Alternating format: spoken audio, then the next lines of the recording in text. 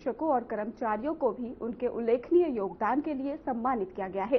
समारोह में परिषद की ओर से भव्य सांस्कृतिक प्रस्तुतियां भी दी गई हैं, जिनमें से भारतीय संस्कृति और राष्ट्रभक्ति की झलक साफ दिखाई दी है।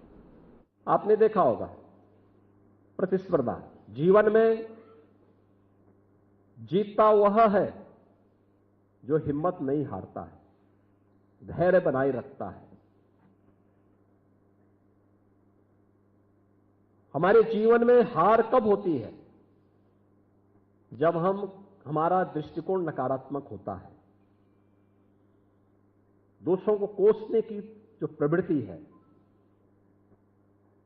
अगर हमारे मन में यह भाव आ जाए कि अंधकार को क्यों धिक्कारे, आओ मिलकर दिया जलाएं, तो मुझे लगता है कि फिर कहीं अंधकार रहेगा ही नहीं। हर व्यक्ति मिलकर के एक साथ आगे बढ़ने लग जाए तो कहीं भी अंधकार नहीं रहेगा। जीवन में प्रतिस्पर्धा का महत्व क्या? सामूहिकता का, टीम वर्क का। एक स्वस्थ प्रतिस्पर्धा का हिस्सा बनने में कितना आनंद की अनुभूति होती है। ये केवल एक गेम में नहीं, बल्कि पूरी जनरेशन में वह उपयोगी होता है और हमें उसका हिस्सा अपने आप को बनाना पड़ेगा, उसके साथ अपने आप को जोड़ना पड़ेगा। दूसरा, शॉर्टकट का रास्ता कभी जीवन में सफलता नहीं प्रदान कर सकता, कभी नहीं। हमारी एकात्मिक संस्थाओं को हमेशा इस बात के लिए तैयार होना होगा कि तकनीक जितना आसान जीवन को कर रही है, उतनी ही चुनौतियां और कठिनाई भी हमारे सामने प्रस्तुत कर रही है। हमें उसके प्रति हमारे युवाओं को भी, अकादमिक संस्थाओं को भी उसके प्रति अपने आप को तैयार करना होगा। जो चैलेंज हम सबके सामने है, एक तरफ दुनिया आज artificial intelligence, internet of things, drone और रोबोटिक के एक नए युग में प्रवेश कर चुकी है। हम में से कोई व्यक्ति उससे अपने आप को अलग नहीं कर सकता। हमें करना भी नहीं चाहिए। हमें उस मानसिकता से भी उभरना पड़ेगा कि तकनीक आएगी तो रोजगार के अवसर कम करेगी। नहीं, तकनीक आएगी, रोजगार के नए अवसर अपने आप ही जुड़ जाएंगे। हम अपने आप को तैयार तो करें उसके लिए। आज जो दो चुनौतियां हमारे सामने, युवाओं के सामने है, एक नशा, यह ड्रग का भी नशा हो सकता है और यह आपका स्मार्टफोन का भी नशा हो सकता है। इन दोनों नशों से बचिए। जितना बच पाएंगे उतना ही आप अपने आप को भी बचा पाएंगे, देश के भविष्य को भी बचा पाएंगे और अपने परिवार, अपने समाज और अपने राष्ट्र के प्रति अपने उत्तरदायित्वों का निर्वहन कर पाएंगे। तेजी के साथ नशा माफिया युवा पीढ़ी को अपनी चपेटे में लेने का कुत्सित प्रयास करता है। अकादमिक संस्थाओं को उसके प्रति उतना ही अलर्ट रहना पड़ेगा। युवाओं को उसके खिलाफ एक नई लड़ाई लड़ने के लिए अपने आप को तैयार करना पड़ेगा, क्योंकि देश का दुश्मन किसी न किसी रूप में आपके बीच में घुसना चाहता है। उसको हम अवसर न दें। दूसरा, स्मार्टफोन पर जो आपका अत्यधिक समय खर्च हो रहा है, इसको कम करिए। एकाएक कठिन होगा, धीरे धीरे करके कम करिए, धीरे धीरे करके कम करिए। और प्रयास होना चाहिए, आवश्यक हो तभी आधा घंटा, 1 घंटे तक ही आप उसका इस्तेमाल करें। समय तय करिए कि मुझे बात करनी है तभी बात करूंगा जब आवश्यक हो, अनावश्यक नहीं। ये आपकी आईसाइट को भी प्रभावित करेगा, आपके मस्तिष्क को भी कुंद कर देगा, आपकी बुद्धि को भी, आपके विवेक को भी, आपकी शारीरिक क्षमता को भी ये पूरी तरह कमजोर कर देगा। उससे जितना बच सकते हैं हमें बचने का प्रयास करना चाहिए। उत्तर प्रदेश विधानमंडल का शीतकालीन सत्र और 19 दिसंबर से ही 24 दिसंबर तक चलेगा ये सत्र। तो बड़ी जानकारी आपको दे रहे हैं, जहां पर सरकार पेश कर सकती है बजट। तो वित्तीय विधेयकों पर होगी चर्चा और सदन में सरकार रखेगी योजनाएं। अनुपूरक बजट पर चर्चा संभव बताई जा रही है। तो आपको बड़ी जानकारी देते चले, जहां पर सदन में सरकार रखेगी योजनाएं और वित्तीय विधेयकों पर चर्चा होगी, सरकार पेश कर सकती है बजट। उत्तर प्रदेश विधानमंडल का शीतकालीन सत्र तो 19 दिसंबर से 24 दिसंबर तक चलेगा यह सत्र। आपको जानकारी दे दें कि सरकार पेश कर सकती है बजट और वित्तीय विधेयकों पर चर्चा होगी। इसके साथ ही सदन में सरकार रखेगी योजनाएं। अनुपूरक बजट पर चर्चा भी संभव है। तो बड़ी जानकारी आपको दे रहे हैं, जहां पर बताया जा रहा है कि अनुपूरक बजट पर भी चर्चा संभव हो सकती है। वित्तीय विधेयक पर चर्चा भी संभव है। आपको बता दें वित्तीय विधेयकों पर ही चर्चा होगी और इसके साथ ही आपको बता दें कि विधानमंडल का शीतकालीन सत्र जिसमें अनुपूरक बजट पर भी चर्चा संभव है। तो 19 दिसंबर से 24 दिसंबर तक चलेगा सत्र और उत्तर प्रदेश विधानमंडल का शीतकालीन सत्र है, जिसमें आपको बताते चले कि 19 दिसंबर से ही 24 दिसंबर तक यह सत्र चलेगा। सरकार पेश कर सकती है बजट और वित्तीय विधेयकों पर चर्चा भी होगी। सदन में सरकार योजनाएं भी रखेगी और इसके साथ ही अनुपूरक बजट पर चर्चा भी संभव बताई जा रही है।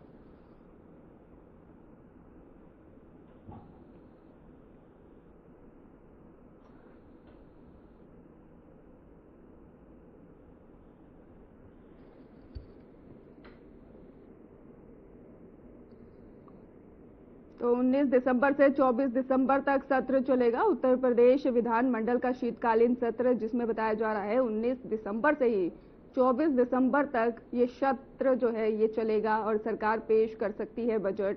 वित्तीय विधेयकों पर भी चर्चा होगी। सदन में सरकार कई योजनाएं भी रखेगी और इसके साथ ही अनुपूरक बजट पर भी चर्चा संभव बताई जा रही है। तो उत्तर प्रदेश विधानमंडल का शीतकालीन सत्र, जिसमें 19 दिसंबर से 24 दिसंबर तक ये सत्र चलेगा और सरकार पेश कर सकती है बजट। वित्तीय विधेयकों पर चर्चा भी होगी और इसके साथ ही सदन में सरकार कई योजनाएं भी रखेगी। अनुपूरक बजट पर भी चर्चा संभव बताई जा रही है। तो उत्तर प्रदेश विधानमंडल का शीतकालीन सत्र 19 दिसंबर से 24 दिसंबर तक चलेगा और सरकार इस दौरान ही बजट पेश कर सकती है। वित्तीय विधेयकों पर भी चर्चा होगी और इसके साथ ही सदन में सरकार कई योजनाएं भी रखेगी। वहीं दूसरी ओर अनुपूरक बजट पर भी चर्चा संभव है। और इसी खबर पर हमारे साथ यूपी से एडिटर आरसी भट्ट हमारे साथ जुड़ चुके हैं। आरसी भट्ट जी, 19 दिसंबर से 24 दिसंबर तक सत्र चलने जा रहा है, क्या खास रहने वाला है, क्या बजट पेश होगा? देखिए, पहले से ही संकेत मैंने दिया था कि दिसंबर माह में उत्तर प्रदेश विधानमंडल दल का शीतकालीन सत्र शुरू हो सकता है और मेरी खबर पर यह मोहर लगी है, क्योंकि पहले से मैं बता रहा था कि दिसंबर माह में साल के आखिर में उत्तर प्रदेश का विधानमंडल का शीतकालीन सत्र जरूर लाया जाएगा। ये संक्षिप्त सदन होगा, क्योंकि ये पहले से ये परिपाटी रही है कि उत्तर प्रदेश के जो बजट होता है, अनुपूरक बजट, जो मार्च तक खर्च करना होता है, यानी मार्च 2026, तो वो बजट के लिए तकरीबन 10 विधेयक लाए जाएंगे। बजट का शुभारंभ, सत्र का शुभारंभ 19 दिसंबर से 24 दिसंबर तक चलेगा। 19 दिसंबर को सत्र की शुरुआत हो रही है और 20-21 छुट्टी रहेगी। 22 तारीख को सत्र का में विधेयक पेश किए जाएंगे, बजट पेश किया जाएगा, अनुपूरक बजट, और उसके बाद सरकार 2 दिन चर्चा करेगी और चर्चा करके वो विधेयक को पास करेगी। क्योंकि पहले से ये परिपाटी रही है कि बजट अगर आवंटन नहीं होगा तो जो कार्य फाइनेंशियल ईयर 25-26 में होने हैं वो कार्य बाधित होंगे। तो 31 मार्च तक के लिए सरकार जो पैसा विभागवार देती है वो इसी बजट से पास करके देती है। इसको अनुपूरक बजट कहा जाता है और ये अनुपूरक बजट लाया जाएगा, 22 तारीख को लाना है। लेकिन ये भी बताने की बात होगी कि तमाम जो वित्तीय विधेयक है उसमें चर्चा भी होगी और सदन में सरकार योजनाएं भी रखेगी और अनुपूरक बजट पर चर्चा भी करेगी। लेकिन जो सबसे बड़ी बात यह है कि सरकार की कमियों को विपक्ष उठाने के लिए तैयार बैठा है। यानी जो संक्षिप्त समय मिलेगा बजट का उसमें विरोधी दल जो है लगातार सरकार की कमियों को निकालने के लिए और उस पर चर्चा कराने के लिए सदन में वो अपनी बातें रखेंगे। जी बिल्कुल आरसी भट्ट जी, सदन में सरकार योजनाएं भी रखने जा रही है, क्या अभी तक ये सामने आ पाया है कौन सी खास योजनाएं वो हो सकती हैं फिलहाल? देखिए, सबसे पहले तो उत्तर प्रदेश में सड़कों का जाल बिछाना है। अगर सड़क चुनाव बहुत नजदीक है, लगभग 1 साल समय सीमा रह गई है आचार संहिता लगने में, तो सड़कें सरकार के लिए बहुत महत्वपूर्ण हैं। सभी विधायकों ने अपने अपने पत्र के माध्यम से लोक निर्माण विभाग को ये लिख के दिया है कि वो हमें सड़कें दें, हमारे क्षेत्र में विधानसभा वार सड़कें दें, उनकी मरम्मत कराएं। तो ये पिलोडी का अगर कहा जाए लोक निर्माण विभाग का तो वो भी बजट आ सकता है। उसके साथ साथ बेसिक शिक्षा पर जो है तमाम बजट है जो इंफ्रास्ट्रक्चर पे खर्च होने हैं, प्राथमिक विद्यालयों को लेकर उस पर भी है, स्वास्थ्य पर है, तमाम मेडिकल कॉलेजों को पैसा देना है, तमाम निर्माण कार्यों पर पैसा देना है, विभिन्न विभागों के जो निर्माण कार्य चल रहे हैं उस पर पैसा देना है। तो इस तरह से तकरीबन 10 विभाग हैं जिनको उनको पैसा देना है, तो उसके वजह से ही ये संभव हो पाएगा। जी, फिलहाल हमारे साथ जुड़ने के लिए और अपडेट देने के लिए। उप मुख्यमंत्री ब्रजेश पाठक एसआईआर की गहन पुनरीक्षण समीक्षा के लिए ही फिरोजाबाद पहुंचे और जहां पर समीक्षा के बाद उन्होंने राहुल गांधी के चुनाव आयोग पर वोट चोरी के आरोपों पर बयान दिया है। डिप्टी सीएम ने कहा है कि बिहार में एसआईआर के बाद चुनाव हुए और निष्पक्ष और सुचितापूर्ण ही मतदाता सूची के बाद ही प्रक्रिया पूरी हुई है। उन्होंने स्पष्ट किया है कि बिहार में आरजेडी के जंगल राज और कुशासन को जनता ने नकार दिया है। राहुल गांधी स्वयं वहां गए लेकिन किसी एक भी मतदाता से कोई शिकायत प्राप्त नहीं हुई। तो ब्रजेश पाठक ने एसआईआर की समीक्षा की है। राहुल गांधी पर डिप्टी सीएम का तंज साफ तौर पर देखने को मिला। बिहार में वोट चोरी नहीं, ऐसा भी ब्रजेश पाठक ने कहा है। तो उप मुख्यमंत्री ब्रजेश पाठक एसआईआर की गहन पुनरीक्षण समीक्षा के लिए ही फिरोजाबाद पहुंचे, जहां पर समीक्षा के बाद उन्होंने राहुल गांधी के चुनाव आयोग पर वोट चोरी के आरोपों पर ही बयान दिया है।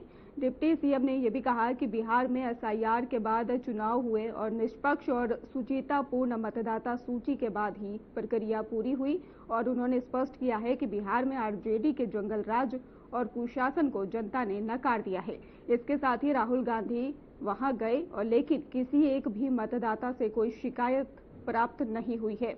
तो फिरोजाबाद से आपको खबर बता रहे हैं जहां पर ब्रजेश पाठक ने एसआईआर समीक्षा की, राहुल गांधी पर भी डिप्टी सीएम ने तंज कसा।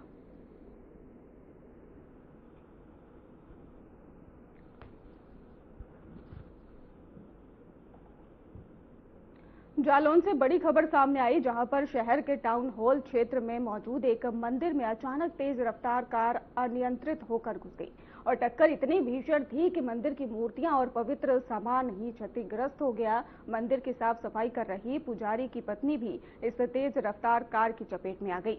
घायल महिला को ही गंभीर हालत में तुरंत जिला अस्पताल उरई में भर्ती कराया गया है। जानकारी के अनुसार घटना उरई कोतवाली क्षेत्र के टाउन हॉल में मौजूद जेडीसी बैंक के सामने मौजूद मंदिर में हुई है। टक्कर के बाद ही कार सवार बीजेपी नेता मौके से फरार हो गए। मामले की गंभीरता को देखते हुए पुलिस ने मंदिर में लगे सीसीटीवी फुटेज को अपने कब्जे में ले लिया है और फुटेज में पूरी घटना कैद हो गई है।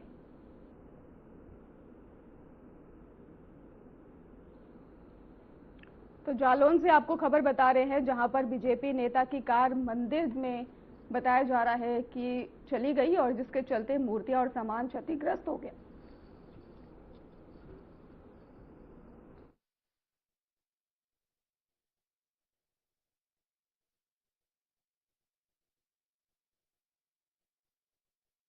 में बता रहे हैं, खबर सामने आई है जहां पर टाउन हॉल क्षेत्र में मौजूद एक मंदिर में अचानक तेज रफ्तार कार अनियंत्रित होकर घुस गई और टक्कर इतनी भीषण थी कि मंदिर की मूर्तियां और पवित्र सामान भी क्षतिग्रस्त हो गया।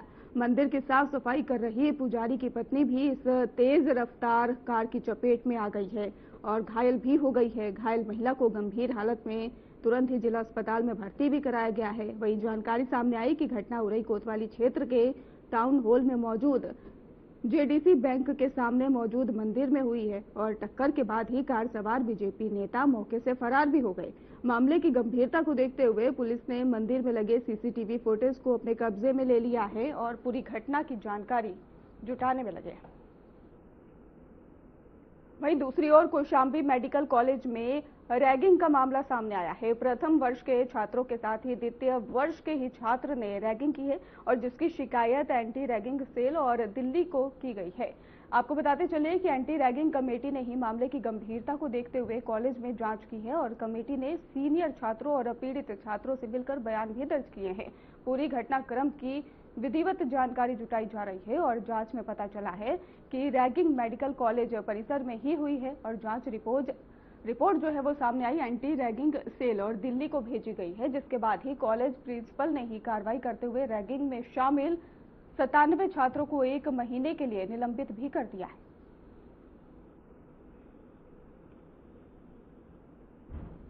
तो कौशाम्बी से आपको खबर बता रहे हैं, जहां पर मेडिकल कॉलेज में रैगिंग का मामला सामने आया है। 97 छात्र 1 महीने में निलंबित कर दिए गए 1 महीने के लिए और इसके साथ ही एंटी रैगिंग सेल ने भी जांच शुरू कर दी।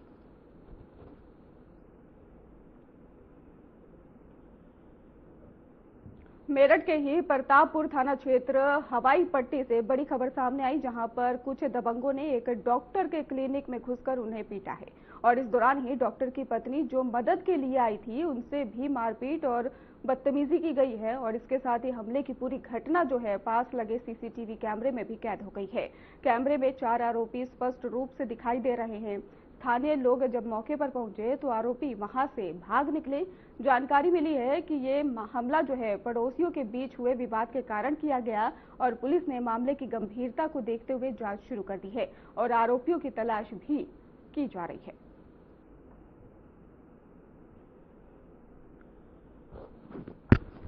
तो मेरठ से आपको खबर बता रहे हैं, जहां पर मेरठ क्लिनिक में डॉक्टर के साथ मारपीट का मामला सामने आया है। 4 आरोपी जो है सीसीटीवी फुटेज में साफ तौर पर दिखाई दे रहे हैं और इसके साथ ही आपको बता दें कि पड़ोसियों के विवाद में यह हमला बताया जा रहा है। वहीं श्रावस्ती जिले से भी खबर सामने आई, जहां पर पुलिस ने थाना गिलोला और इसके साथ ही थाना सोनवा क्षेत्र में हुई चोरी की 2 वारदातों का खुलासा कर दिया है। पुलिस और चोरी के बीच मुठभेड़ के बाद ही 2 आपको बता दें शातिर अपराधी गिरफ्तार किए गए और इसके साथ ही आरोपियों के पास से ही चोरी का माल और चांदी के जेवरात और नकदी और इसके साथ ही अवैध हथियार भी बरामद किए गए हैं। पुलिस ने बताया है कि गिरफ्तार आरोपियों का आपराधिक इतिहास काफी लंबा है और वे क्षेत्र में कई चोरी की वारदातों में शामिल रहे हैं। जांच जारी है, बाकी गिरोह के सदस्यों की भी तलाश की जा रही है।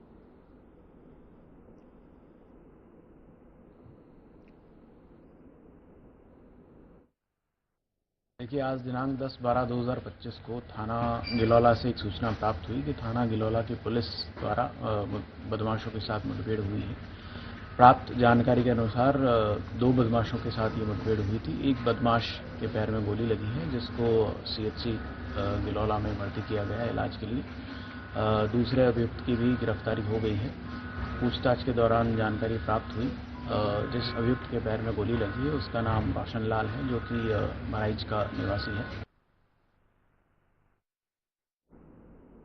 नोएडा से बड़ी साइबर ठगी का मामला सामने आया, जहां पर ग्रेटर नोएडा वेस्ट में रहने वाले एक इंजीनियर को साइबर ठगों ने ऑनलाइन ट्रेंडिंग में ही मोटा मुनाफा कमाने का झांसा देकर 50 लाख रुपए की चपत लगा दी।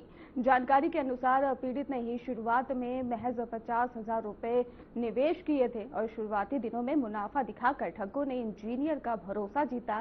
केवल 20 दिनों के भीतर ही पीड़ित ने कुल 50 लाख रुपए निवेश कर दिए, लेकिन जैसे ही इंजीनियर ने पैसा निकालने की कोशिश की, साइबर ठगों ने एक झटके में ही संपर्क तोड़ दिया और ठगी का एहसास होने पर ही पीड़ित तुरंत ही साइबर क्राइम थाना पहुंचा और मुकदमा दर्ज कराया गया।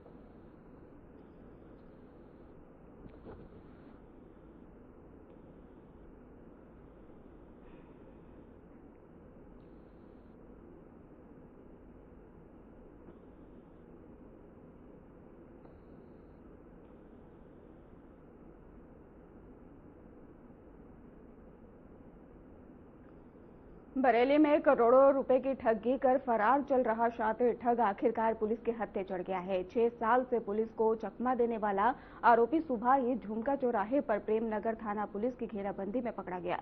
आरोपी पर ही 25,000 रुपए का इनाम भी घोषित था और इसके साथ ही आपको बता दें कि एसपी सिटी मानुष पारिक के अनुसार ही वर्ष 2010 और 11 में पवन शर्मा ने ही प्रेटिस इंफ्रा डेवलपर्स और इसके साथ ही कथित प्रेस्टिजियस आवासीय समिति के नाम पर ही चौधरी कॉम्प्लेक्स में ही कंपनी चलाई और लोगों को सस्ते प्लॉट देने का झांसा दिया जाता था और किश्तों के नाम पर ही मोटी रकम वसूली जाती थी।